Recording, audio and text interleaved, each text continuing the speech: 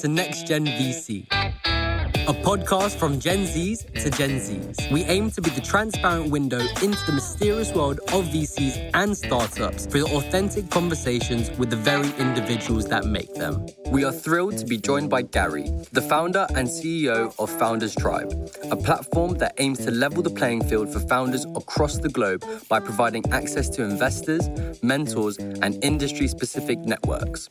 Gary also co-funded a multi-million-dollar startup, Nuroa Internet, before helping Telefonica set up the world's largest corporate accelerator, Wayra, and is now a visiting lecturer of entrepreneurship at Yale University. With his extensive and diverse experience, Gary has a lot to say on why founder diversity is still an issue and why VCs may not be the right solution for every founder.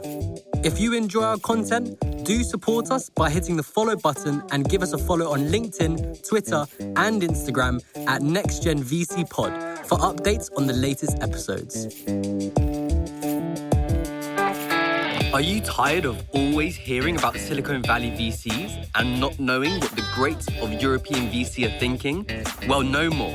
Head over to theeuropeanvc.com, the go-to place for everything European VC. You'll find podcasts, events, and expert-curated content from all over the EU VC scene. Well, what are you waiting for?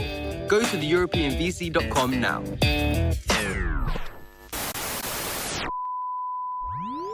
Gary, thanks so much for joining us. Yeah, no, thanks for having me. I'm looking forward to it. Before we dive into the amazing things you are doing with Founders Tribe, could you share us a bit about your story and how you ended up having such a diverse career? I think it was I didn't really know what I wanted to do, but I knew what I didn't want to do or to be. And so my 1 to 2 minute pitch, born in Jamaica, grew up in the Bronx, went to Yale College, did pretty well, magna cum laude, Phi Beta Kappa. So then all of a sudden, that unlocked a lot of opportunities. And so I went to Yale Law School, did pretty well there as well, clerked on the DC circuit, which is a circuit that the woman now up for the Supreme Court, kind of is a judge of. So I was kind of working on that court. And then interviewed for the Supreme Court clerkship, didn't get it, kind of thought I had a good shot if I did it if I tried again. But I was just like, I'm ready to start my life. And I was kind of like sick of like running around like a hamster on a wheel, chasing the next little piece of cheese, and I just kind of wanted to like have some fun.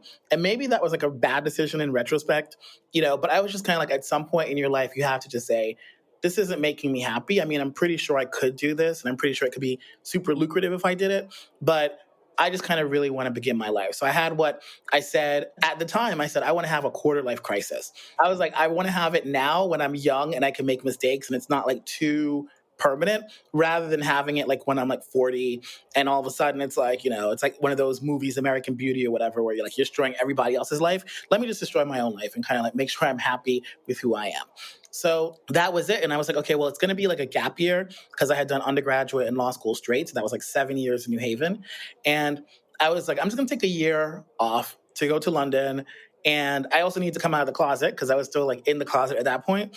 And I didn't really feel comfortable in New York or America in the early 2000s kind of being gay. It wasn't until I forget what year, but the 2004, 2005 that like gay marriage became decriminalized. Before that, it was a criminal offense in some locations, or at least gay sex was in some locations. So I was like, I don't really know if I want to be in a place where who I am is in some sense criminal, on top of being Black and an immigrant. So I was just like, maybe I'm going to go to Europe for a year. And so that's what I did.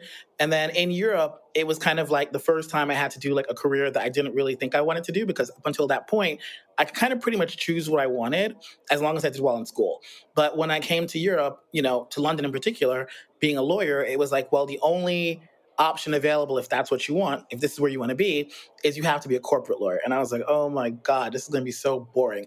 And it was. Then I was like, okay, I'm moving to Barcelona. So I got Fresh Fields to kind of move me to Barcelona. I was doing like mergers and acquisitions, securities work.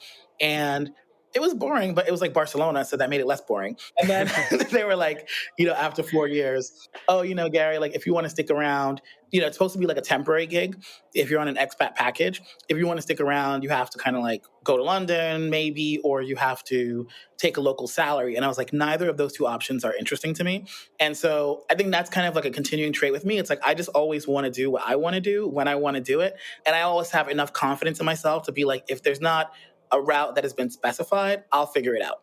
And so how I figured it out in that particular point was becoming an entrepreneur. I didn't know anything about entrepreneurship. Remember, I'm the guy who hated corporate stuff. I thought I would end up in like academia or being a politician of some sort. Those were kind of like the defined tracks for me. But I was like, okay, we'll try this entrepreneurship stuff out, because it was like 2004 or 5-ish. I saw Google's IPO. I saw Facebook coming around. I'm like, I think I can do that. Like, these guys aren't so smart. They went to the same schools that I went to. I can do it. And so that's how I basically got into entrepreneurship, a property search engine company, raised some VC-backed money for that. I didn't even know what VC was at the point. Then again, in Europe, nobody knew what VC was at that point because it was still pretty early. Then eventually sold a company. In 2010, in the midst of the kind of global recession, it was the first time that I thought my risk profile did not mean that I wanted to be in a place like Spain, where it was like having really bad, side effects of the recession. And so that's when I moved to Madrid, because I wanted something a bit more stable than entrepreneurship. I taught at a business school called IE Business School. And then Telefonica comes, and they were like, we see what Y Combinator is doing, and we want to do our version of Y Combinator. And so they were literally like one of the first companies in the world, or at least definitely in Europe, to launch a corporate accelerator. And they were like, do you want to join us? And I was like, nope. And then my friends were like, Gary, you should rethink that, because it's a pretty big company and it's a pretty big platform. So maybe you should give it a second thought. So I called them up. I was like, hey, I'm kind of joking. Like, yeah, let's talk about it. And then they kind of offered me the position, and I helped set it up in Spain. I think it was employee number 2. And then in 2014, they were like, you speak English. Why don't you go to England and kind of really try and revamp what we were doing there to kind of take it to the next level. And that's what I did. And then in 2019, when I left, we had invested in 185 companies worth, at that point, $1.5 billion.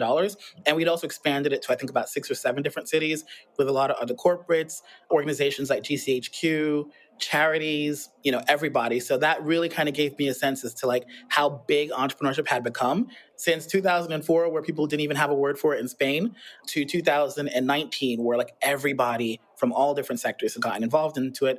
And then I thought, well, let me create Founder Tribes, which is essentially how can we learn the lessons that we got from the last 14, 15 years of entrepreneurship, but do it all in a way that is tech first, and then secondly, inclusive. And that's what Founder Tribes is. It's basically kind of like a dating app that basically says we can match supply and demand, because founders at the end of the day mostly die because they run out of capital. And it's not all about VC. Sorry to the people on this podcast. There are loads of entrepreneurs who are not venture backable. That doesn't mean they're zombies. It just means that they're not venture backable companies. The majority of them, 95% of the companies in the world, are not venture backable, or 99% not venture backable. But we should still have resources available to help those sorts of founders as well. We shouldn't just tell them, come up with a more scalable idea or die, which I think is kind of the way a lot of people in venture think about things. So yeah, hopefully that gives you a sense as to who I am and what I've done. No, wow, Gary, you've done so much and you've been all over the world. And I really like your point that you brought up last time we spoke, where you said, look, VCs are helping so many industries digitalize themselves, but the process that VCs use to deal source and, do what they do, a lot of it's still very similar to what they've done 20 years ago. And I think what you do at Founders Tribe is super interesting, especially on what you mentioned about non-venture backable companies. Can you talk a little bit more about what sort of companies are not venture backable and what are the options for them? Yeah, I think it's like some numbers. I mean, I think it was Global Entrepreneurship Monitor like a few years ago said that there were about 582 million entrepreneurs in the world, right? But then I've seen other research that says that only about 30 to 60,000 companies per year get funding of any sort of equity financing, from angels, accelerators, all the way to VCs. They're only a few tens of thousands, low tens of thousands. So the huge delta, people, I think when you get into venture, I think like people start thinking, oh my God, the whole world is here and the whole world wants to be where we are and they want to do what we do. Not really. Venture is still pretty niche, right? Like when you look at kind of like how big banking is compared to how big venture is, it's not even a comparison. Banking is like a multi-trillion dollar industry. Venture last year or the year before was a $250 billion industry. Right. So we need to kind of sometimes have a bit of perspective that venture is also only about like 40 years old. It's still relatively young as well. Right. So I think that sometimes what happens is that people start to believe that the bubble that we live in is the only bubble and our truth is the only truth. But the reality is that our truth is the truth for kind of like less than 1% of all companies out there. Right. And so what's the solution that we need to have for the other 99%? It can't be to tell them, too bad on you. You should be more like us. It should be, can we offer options for you as well? So when you go outside of your house, Right now, what are the businesses that you see? Are you seeing Facebook? No, probably not. Okay, you might see an Uber. That may be true, but you're seeing lots of restaurants. You're seeing lots of like, small healthcare businesses. I mean, you may see some like retail establishments. Like that's what the majority of businesses are, particularly as you move away from the US to other economies like in India, in Asia, in Africa. The majority of businesses that you see, even in the UK, you go and you look at the FTSE 100 right now. I mean, there was a really wonderful article in the FT a couple of weeks ago about like the UK economy. Tech is only about, I think, 7% or 5% of the GDP of the market cap of the FTSE companies or the FTSE 100. So even in the UK, 95% of the FTSE 100 has nothing to do with tech. So I think that we just need to kind of remind ourselves that tech is great. Tech conquers the world. I'm a huge fan of tech, but tech isn't everything. And just because you don't have a tech business doesn't mean you don't have a business. Because I've had debates with people. They're like, so if you don't have a tech startup, does that mean that's not a startup? If you found a business or an organization that's not a tech organization, does that mean that you're not a founder? You're not an entrepreneur? No, it just means you didn't do a tech business. So I think that part of what I want to say is entrepreneurship existed before tech, or what we call tech, and it will exist after what we call tech. So we can't get so myopic that we think that our reality is the only reality. And that's definitely something which needs to be emphasized more in today's world, where people do see tech as that kind of high tier. But something I wanted to pick up on was when you were telling us a bit about yourself and around kind of being confident in yourself. And regardless of what type of business you're building and running, confidence is such an important trait, because regardless of what you're going to do, you're going to face setbacks. Do you have any advice for, first-time founders, regardless of what they're building, on how to kind of stay confident around their idea and what they're building? I find a lot of inspiration from people that I think are awesome. Like for me, the goal in life is to be a GOAT, right? A greatest of all time. Like that's what motivates me. I'm not trying to be like an also ran or just someone who kind of existed. I want my life to matter. So I look up to people who you're like, okay, that person's really killing it. I look at people like Beyonce. She gets nervous. She, when she did, I forget what the name of the album was. That's going to make me, the Bayhive is going to kill me. But she did an album and she was like, you fail, everyone fails in life and you fail when you want to fail. It's the one where she did the video from Star Search when she was a kid and some other kid beat her out. And, she had to go through a lot of struggles before she became Beyonce. If I look at like Serena Williams, you can go see the Serena Williams movie, King William, I think it's called. You'll see the struggles that they had. Every person, Rafa Nadal, he just won the Australian Open, but like no one thought he was going to do it. Everyone doubted if he could do it. Can he beat Medvedev? Everybody in life is going through some sort of struggle. It's difficult for all of us, but I think that greatness comes in acknowledging the fear, but overcoming it. I think what happens is people who get paralyzed by fear or they let fear kind of dissuade them from even trying, they're the ones that kind of like will somehow feel like it's my fault or I could have done more. But I think the thing is, I'm going to give it 150% all the time. And if it doesn't work out, I'm not going to hold myself accountable because I'm going to know that I did everything I could. And I think if you're a founder, as long as you live with that mantra, you know that failure, at least in the particular world of startups, is the expectation. And so you're kind of trying to do something, you're trying to bend reality. If you fail, well, it's kind of expected, you did your best, but just make sure you do your best. And I think as long as you're doing your best at all times, and really giving it 150%. I'm not talking about like phoning it in and calling it your best. I'm talking about really, really doing whatever you could, hustling like a mofo. I think as long as you do that, then whatever happens, happens. I was watching this match the other day and I posted on my LinkedIn. It was like, Roger Federer and Rafa Nadal were coaching this like Italian player. And the Italian player was getting really down on himself. And Federer was like, you have to forget about the negatives. You have to focus on the positive. Focus on what you do well. Don't let yourself get bogged down with the negative. And that's how you win tennis matches. And I think that's how you win at life. That's great advice. And I think another topic that I really want to talk about is surrounding diversity. Can you talk a little bit more about this on why you think there's still such an issue with diversity? And a lot of people say it's a pipeline issue, but what do you think, the core issue behind not having enough female or more diverse founders? Yes. I think women and people of color are two different categories. I know that can be controversial, but I'll talk about each of them. But I think it all comes down, I hope I say the word correctly, homophily, I think is the word. This is kind of like central to what Founder Tribe is trying to do. And it's just this idea that birds of a feather flock together, right? And I was watching the show in the US, 60 Minutes, when I was back home. They were talking about desegregating or integrating, better said, the military, because you have a lot of people of color and women who are kind of in the lower ranks, but they don't get to the higher ranks. And the question was, what's going on there, right? And the answer, one guy answered honestly, is like, duck likes duck. So it's not like that there's any sort of like huge antipathy. I think this is why people get offended when you're like, oh, you're racist or you're sexist or you're homophobic. It may not even be a huge amount of antipathy. It's like, I just slightly prefer being with my own people, right? And I don't think that that's ever going to change. People have the people they consider to be insiders, and they have people that they consider to be outsiders. And I think that when you look at the way that particularly venture is set up, it explicitly says that it's based on insiders, right? You need a warm intro to get to me. Well, what clearer evidence could you get of an us versus them mentality than that?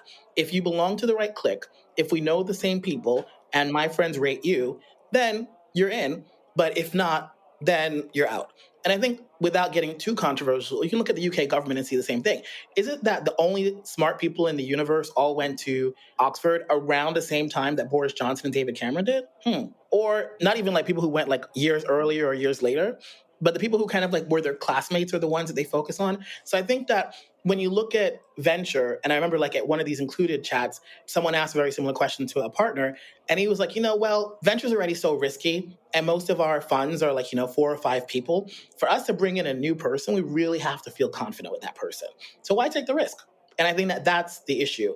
If you feel most comfortable with your own group and you see other groups that come from other networks as risky, when you're already in a high risk establishment and there's no kind of outside pressure for you to diversify, then you won't. I think it's also very interesting in terms of how the lack of diversity in venture drops down to where capital actually flows and into which startups, because, there are so few, for instance, female-led funds in Europe in particular, and the funding gap for women, and particularly women of color, in comparison to white men in the UK is stark.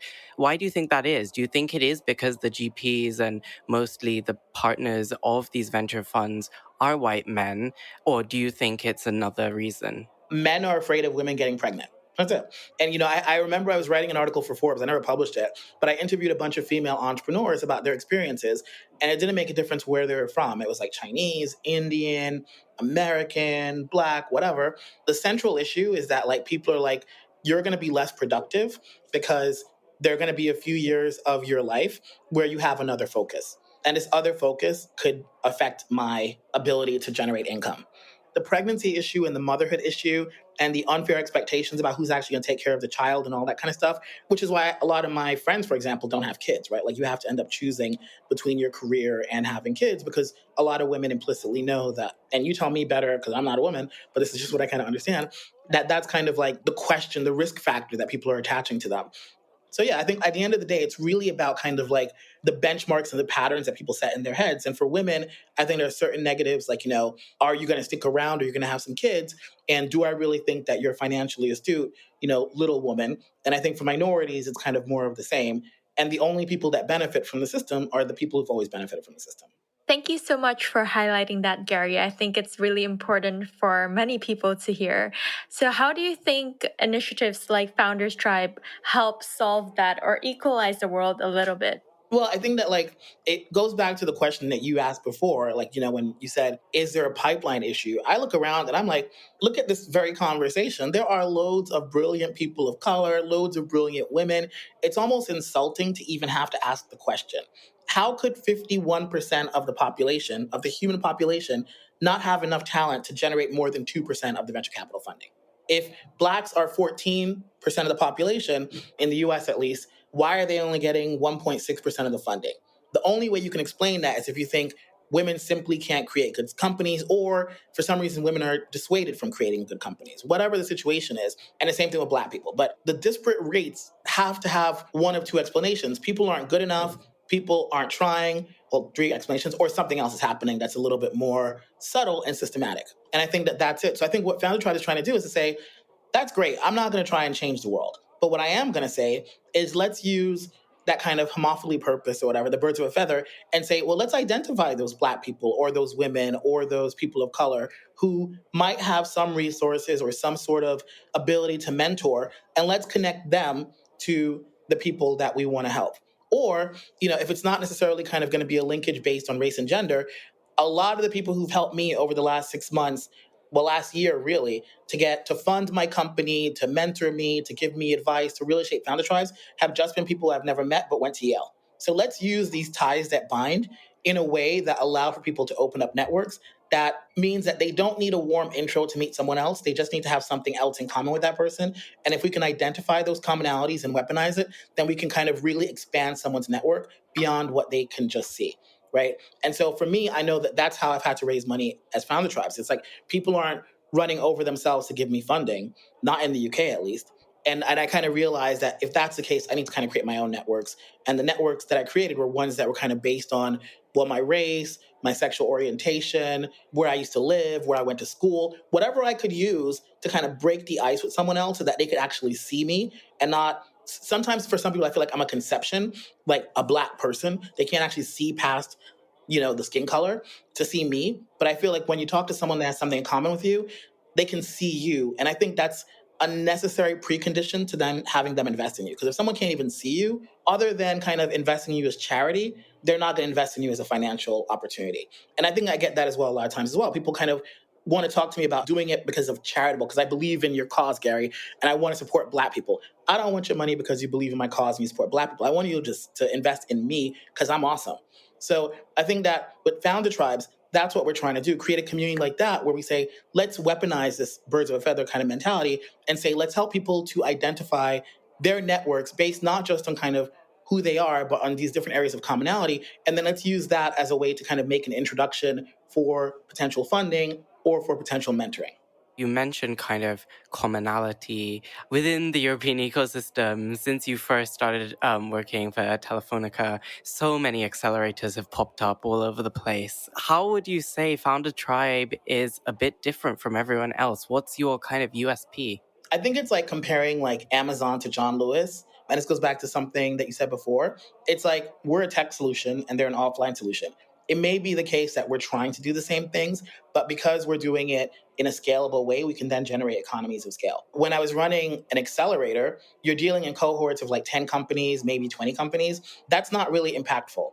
You're doing a whole bunch of work to get like a few hundred applications just so that you can reject 99% of them. We don't want to reject 99% of people. We want to help them. We want to actually support the majority because our business model does not depend on finding the one company out of a million that's going to become a unicorn. Our job is to help the other 999,000 to become sustainable businesses so that they can add value in their communities or just for themselves, right? Just so that they can have, like I said, when you go outside on the street and you look at those businesses, how many of those businesses are unicorns? You want to go to the Ivy, it's not a unicorn business. You want to go to the Soho Club, it's not a unicorn business. You want to go to any restaurant, it's not a unicorn business probably. Still a good business, right? And the person there is making a good living and probably pretty cool and people respect them. We can do that for more people without having to say to them, well, if it's not venture backable, then somehow or another it's not a legitimate business. And I think that's the difference. We're not trying to support venture backable businesses.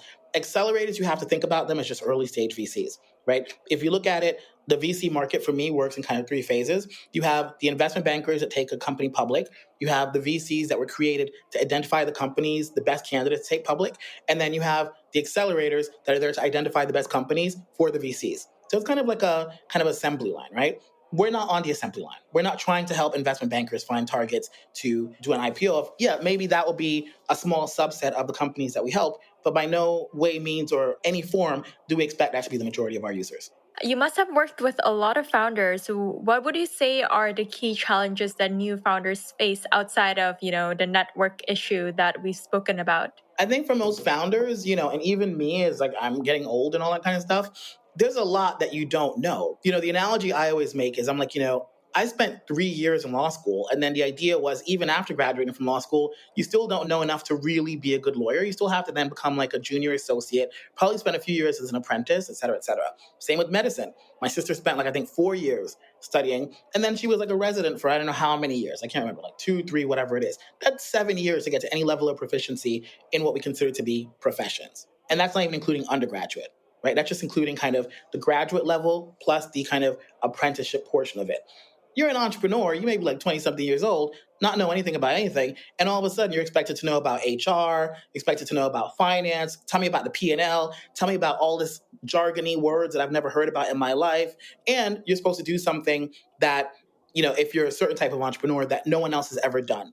I think like founders need to be more supported. And so the research does suggest something by Endeavor, a report by Endeavor. They found that, founders who were mentored just in a 3-month accelerator program tended to do 3 times better, at least in terms of being able to get funding. I think what we say is that makes sense, right? Like in any other thing that we do, you have a doctor who helps you with your residency, you have a senior lawyer that helps you as well. If you're a founder, who's there to help you? With all due respect, since I've been a lawyer and an entrepreneur, being an entrepreneur is a lot riskier, and there are a lot more variables that you have to control for than just being a lawyer with a nice desk and a secretary. And and you're basically using precedents because the risk has been mitigated already. So can we kind of create systems to help treat entrepreneurship like a profession in the same way that we do with other professions? You would never say to a doctor, fake it till you make it, because people would die. You would never say to a lawyer, fake it till you make it, because people would go to jail. But you do say to entrepreneurs, fake it till you make it, and then accept it when 90% of them die. And I think that what we need to do is to stop encouraging entrepreneurs to fake it till you make it up as you go along, and basically say to them, no, we're going to treat this seriously. Let's help you to understand the basics of how business works in a really kind of simple way. And let's figure out if we can kind of get the mentorship and the other things that you need so that you understand the game that you're playing, right? Being an entrepreneur is like going onto a tennis court and not understanding maybe fully what a racket is, what the lines are, where the lines are, what a backhand is, what a forehand is. And then people start speaking at you and tell you, just figure it out. I feel like that's what an entrepreneur is like. And we do it in every other field except for entrepreneurship. Entrepreneurs are supposed to glorify failing. I don't like failing. I love that point. I think it's really important how you say, there's so many entrepreneurs that fail 90%, but we're also focused on picking that 10% instead of reducing that 90%. And I was wondering if there's any particular success stories that, startups that are tech or not you worked with Founders Tribe that found that community-based support really helpful. Yeah, I mean, I think that we eat our own dog food, right? Both on the app and off of it. I mean, I feel like for me to get founder tribes to the level that we're at now, and I'll do some shout outs, it was reaching out to a network of people who went to Yale, who I didn't know, had never interacted with. We were different class years, maybe even different programs. And just the fact that we had that one thing in common meant that they were kind of willing to dedicate 30 minutes to an hour of my time, maybe make an introduction. A lot of the ideas, the evolution of the business, even Chris Topman, for example, from Included VC, sitting down with him for like an hour or two and saying, okay, Gary, you're not seeing this, right? It's not that I'm stupid, and it's not like I don't understand how the game is played, but even Serena Williams can have a coach. Even Roger Federer can have a coach. So having someone else who can kind of see what you're not seeing and give you informed feedback about how you can get better, I think that's just how everything works, right? Mark Zuckerberg, after the company went public, had Warren Buffett as his coach. So everyone can use a coach. I really wanted to kind of test myself. Like it's like almost like taking my own medicine and see if I could prove that this worked. But then I think beyond that, we had other founders as well. So I think Erica Brodnock from Cami, a lot of the principles of when we did our MVP, because we just did the commercial beta, but we did the MVP, Erica would be a great example of how we kind of use the concepts of founder tribes to also then help her get funding and stuff like that. So I think that, we're still early days. We're still kind of about a year old. The commercial beta is about a month old. But the idea is that founders are kind of writing to us and saying, thank you for creating founder tribes. We're doing a lot of the user testing right now, of course, to make sure that people would be willing to pay for the app. We're doing it in New York because we want it to be a kind of pretty demanding market. And I think it's something like 70% of people said that they would pay for the app, that they kind of need this app. So yeah, I think that would be my answer. The real metric that we use to determine whether or not we deserve to exist, though, is how many of these matches are we going to be able to make at scale? And I think that's really the project of the next year, is kind of get this data so that we have more than just a few anecdotal examples based on a kind of relatively limited sample size, and kind of really kind of industrialize what we're doing. That's definitely super exciting, and we're really excited to see how Founders Tribe grows. But now it's time for the quick fire round. So we're going to give you 20 to 30 seconds to answer all of our questions. Are you ready? Maybe.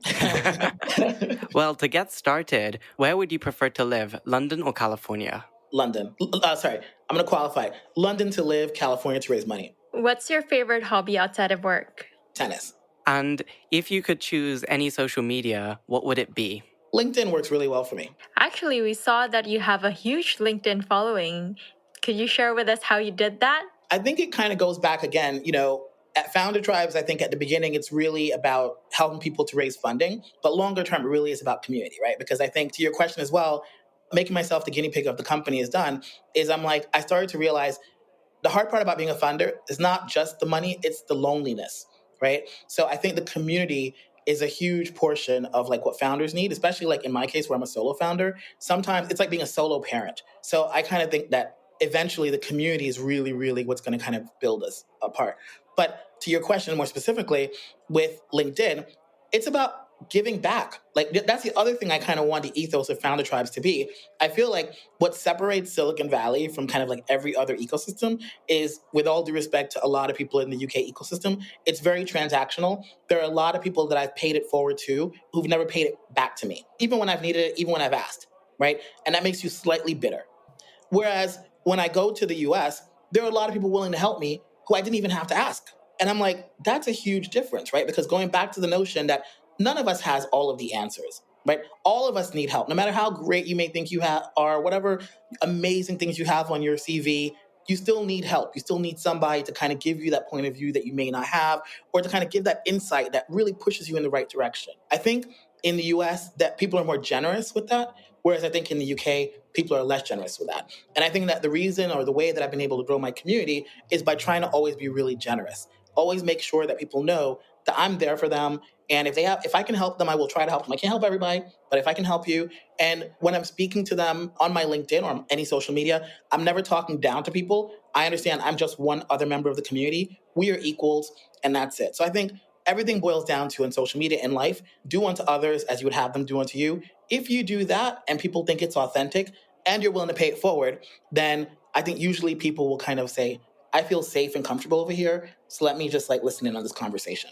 That's great advice. And on that note, the final question, what would be your biggest piece of advice for someone who wants to start a company? Biggest piece of advice is just do it. It's totally going to suck. It's totally going to be hard. There's a great likelihood of failure, particularly in the current ecosystem where it's really kind of binary between venture backable failure, at least in the tech world. But don't let any of that dissuade you. If you have an idea that you really think that you want to share with the world and you really believe in your idea, forget about all the losers. I always say, if people could see what I could see, that would make me special. And I think entrepreneurs are special. We are the visionaries. We are the ones that, like the Matrix, we can see the future. We can even fly. So when you have all these naysayers and what I'm going to say, losers around you, basically telling you that you can't do it and you're wrong and this kind of stuff, take as much from the feedback as you can, but don't let them stop you. Just do it. Thank you so much, Gary. We really appreciate your honesty, and it's been really fun speaking with you. Awesome. Well, thank you so much. Thank you for listening to this episode of The Next Gen VC, a podcast from Gen Zs to Gen Zs. If you enjoy our content, do support us by hitting the subscribe button and give us a follow on LinkedIn, Twitter, and Instagram at Next Gen VC Pod for updates on the latest episodes. Are you tired of always hearing about Silicon Valley VCs and not knowing what the greats of European VC are thinking? Well, no more. Head over to theeuropeanvc.com, the go-to place for everything European VC. You'll find podcasts, events, and expert-curated content from all over the EU VC scene. Well, what are you waiting for? Go to theeuropeanvc.com now.